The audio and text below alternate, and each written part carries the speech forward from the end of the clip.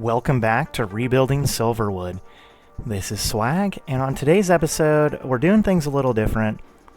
We're going to review a ride that I built off-screen, and it's not in its final form, let's say. There's still areas around here that I plan on changing things up a little bit, but for all intents and purposes, this is a pretty solid final rendition of the coaster. So this is a Vekoma giant inverted Boomerang. The original version of this coaster. Let's see if we can build one.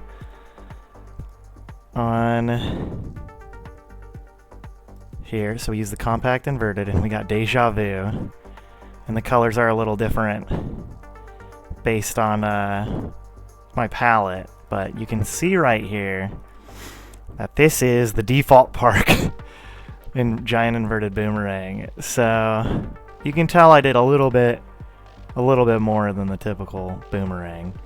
I did look at a CSO park, and I believe it's like a SeaWorld rendition, like a SeaWorld / Six Flags sort of park, but it was done in CSO. I took the layout from that park and I made a little bit of modifications to it when it comes to like the height and some of the inclines, and I built it in CSO. So all of these supports you see are either a mix of track pieces, so this is like a single rail right here. This is an inverted swinging or suspended coaster. I've got a drop tower. I've got golf course. This right here is diagonal junior coaster track, and you can see it's only really visible from the backside because these coaster pieces would be attached. And then something you can't really see, I'm trying to okay, you can only see it from like one angle, maybe two angles, is this impulse coaster. It's straight up and down, but the way it's built, it is sort of right behind this vertical track. I have to use the B&M coaster track for a lot of this coaster because the giant inversions, or I guess this would be called a large loop, large half loop, are not available in the compact inverted coaster type. I also used some supports using diagonal pieces, diagonal supports, so it's only seen from one angle. So a lot of this is just hacked out of my mind. It was not easy. It took many renditions, and for a coaster that's just a Boomerang, it really doesn't seem like it should be that tough. But man, doing custom supports and no custom objects is pretty tough. So I'm really happy with it. You will also notice that the queue, which I wonder why people aren't riding it right now. I think they're just angry because the park rating's low. Oh, some people are on it. I made it so that this queue gently slopes down, so you'll see this is 2 tiles above ground level, and then by the time it gets over here, it's back at ground level. I did that by using just hiding the trees and hiding the pathways. They're just flat pieces of pathway. Move down a tile, you can do that only in one direction on queue, so you can go up. I don't think you can go back and forth necessarily. So I also used some track for the fence pieces, and if you use this wooden fence post or the suspended single, you cannot put pathway underneath it. You have to use blocks. So something I've done in my palette is I use the metal blocks, steel blocks, and I use this custom color to make it look like the regular tarmac path, so it looks pretty clean. And then I use foliage to sort of hide most of the angles. It's not like you can't see that there's gray behind the fence, but when you're looking at the park, you're not focused on that sliver of gray, or you're focused on the ride. So remember, going after perfection is impossible.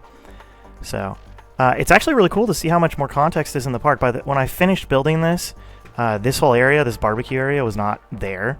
So it looks a lot better with stuff in the background. The details in the background draw your eye away from the ride, or at least make the picture feel more whole. So little by little, you'll see different rides just getting more context, having more stuff in the background, which makes the rides look even better. The Rapids ride, I'm not going to look at a future save because I don't want to spoil anything, but every time you build something in your park, it starts to give your park a little bit more context, and it feels a lot better. I know for sure I want to come back and do something custom for the name of the Aftershock. In real life, I believe there's like a sign that just says Aftershock, and there's an arrow pointing this way so that the line's over here. And this is the edge of the park. There's nothing over here besides backlot, and then I think a road drives by the park. So all of this pathway is just to get peeps into the park for now.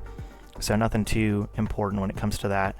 There will be, I believe I'm going to build like a crane right here, because a lot of times when they're doing maintenance on this, they crane people up to this area. I don't believe there's like pathways to get up, or like stairs to get up to these based on the sports. Maybe they do in real life, but I've seen a video on YouTube where they get in like a cherry picker truck, whatever you want to call those, and it lifts them up and puts them over here by the towers. So I'm really happy with what we have on the coaster front, and I'm super excited to hear your guys' feedback. If there's anything you're like, oh man, that's cool, how'd you do that? I'd love to answer it in the comments. And yeah, I mean, invisible color, and of course the single rail track has really helped out when it comes to custom supports in NCSO, and I just love being able to look at this and then look at this and be wowed by how crazy we're able to make things look in the newer versions of the game. So yeah, thank you for watching. I know this is a short episode, but somebody's like, hey, you got to go talk about it. And I unfortunately didn't record too much when I built it, and that was just because I was so focused on building, and sometimes recording does distract me. So you might see jumps in time when it comes to these coasters, and that's just because I just can't get into the flow state of building when I'm recording and stopping and recording and talking about stuff. So there's a deadline on this contest. It's going to be over in September, so I've really got to kick things into gear, or I'm going to miss out on that deadline. So I appreciate you guys and your patience. I guess I haven't really missed a video in the last few months, but if I do miss a video, it's because I'm just trying to get it done. I think a finished project is better than non-finished. So thank you all for watching. Let's get a little skyscraper view of the park, and I look forward to seeing you all in the next video.